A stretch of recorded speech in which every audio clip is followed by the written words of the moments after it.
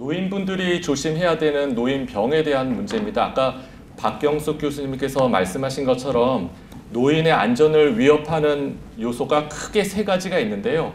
하나는 경제적인 문제, 가난에 대한 문제고, 또 하나는 질병에 대한 문제, 그리고 세 번째가 소외 고독의 문제인데, 제가 오늘 말씀드릴 내용은 질병에 대한 문제입니다. 지금 의원병이라는 굉장히 낯선 단어가 있는데요. 아주 쉽게 말씀드리자면은 의사 때문에 생기는 불필요한 합병증이나 장애 상태, 이렇게 말씀을 드릴 수 있겠습니다.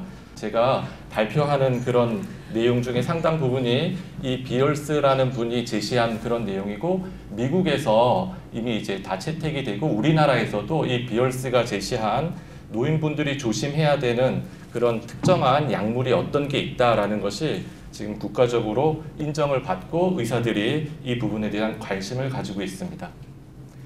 제가 노인을 전문으로 이제 하는 정신과 의사인데요. 외래에 어르신들이 많이 찾아와서 항상 하시는 말씀이 어지럽다, 힘이 없다, 이렇게 얘기를 하시는데 도대체 왜 그럴까요?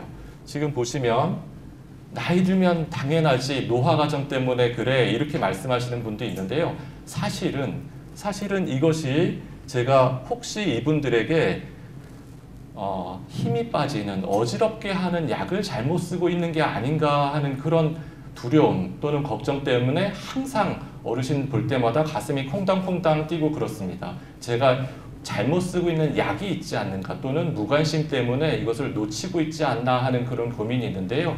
이런 부분은 역사적인 배경이 있습니다.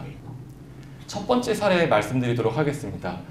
임신 12주 된 산부가 이제 33살이신 분이 계시고요. 이분께서 이제 너무 우울하다, 잠도 안 온다, 불안하다라고 해서 항우울제를 드려야 되는데, 항우울제 중에서 특정 항우울제는 이 약을 먹으면은 태아가 기형아가 생길 확률이 다른 약보다 유독 많습니다.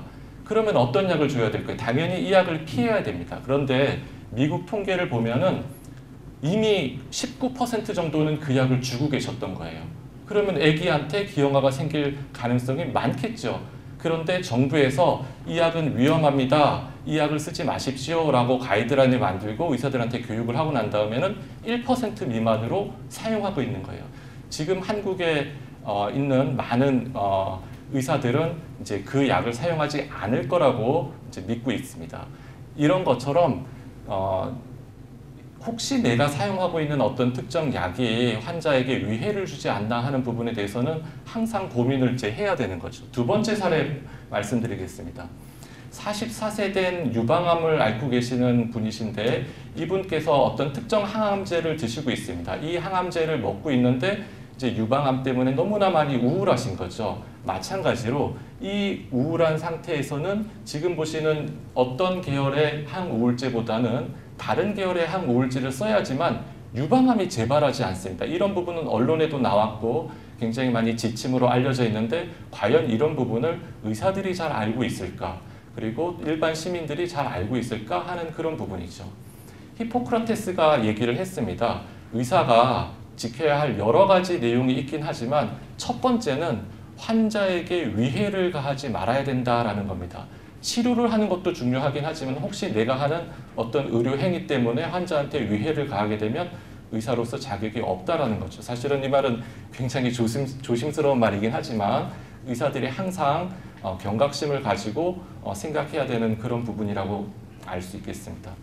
아마 이런 내용 때문에 그런 것 같은데요. 지금 이제 의도된 의료 행위에서 발생하는 의도하지 않는 장애와 질병, 이렇게 어려운 말로 되어 있긴 하지만 의원병이 너무나 많기 때문에 그렇습니다. 근데 이런 부분은 의사가 조금만 신경을 쓰면, 관심을 가지면 예방할 수 있기 때문에 굉장히 중요한 의미를 가지고 있습니다. 세 번째 사례 말씀드리도록 하겠습니다.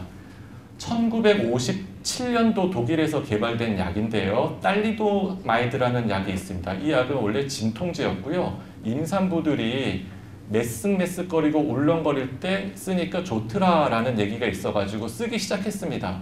결과적으로는 10,000명이 넘는 사람들이 기형아가 생겼습니다. 그런데 포코멜리아라는 이런 기형아가 생겼는데, 여기서 핵심은 뭐냐면 유럽에 팔리고 일본에 팔리고 전 세계적으로 다 팔렸는데 미국에서는 안 팔렸습니다. 미국에서는 FDA의 켈시라는 심사관이 있었는데 이 약을 미국에서는 허가를 하지 않았습니다. 왜냐하면 이 약이 아직까지는 안전하지 않다라고 해서 그분이 허락을 안 해준 거죠. 결과적으로 그분은 존 F 케네디로부터 대통령상을 받았습니다. 안전하게 미국을 지켜냈다라고 해서. 지금 말씀드리는 것은 사용하는 약물에 대한 어떤 부작용이나 위험도에 대해서 조금 더 관심을 가지고 어떻게 접근하느냐에 따라 가지고 국민들이 크게 또 어려운 일이 생길 수도 있고 또 다른 한편으로는 예방도 할 수 있다라는 그런 내용입니다. 마찬가지로 1950년대 이전에는 어떤 병원에서는 맹장염인데 다 돌아가시고 어떤 분은 전혀 안 돌아가시고 이런 일이 막 생겼습니다. 나중에 알고 보니까 포도상 부근이 원인이 되고 수술하기 전에 당연히 손을 씻어야 된다, 장갑을 껴야 된다, 이것을 몰랐던 겁니다. 그래서 1960년대 이후에는 의사들은 수술장 들어가기 이후에는 모두 다 손을 깨끗하게 소독하고 장갑을 껴야 된다라는 지금은 너무나 당연한 그런 일들이 법규로 제정이 되고 이제 관심을 갖게 됩니다.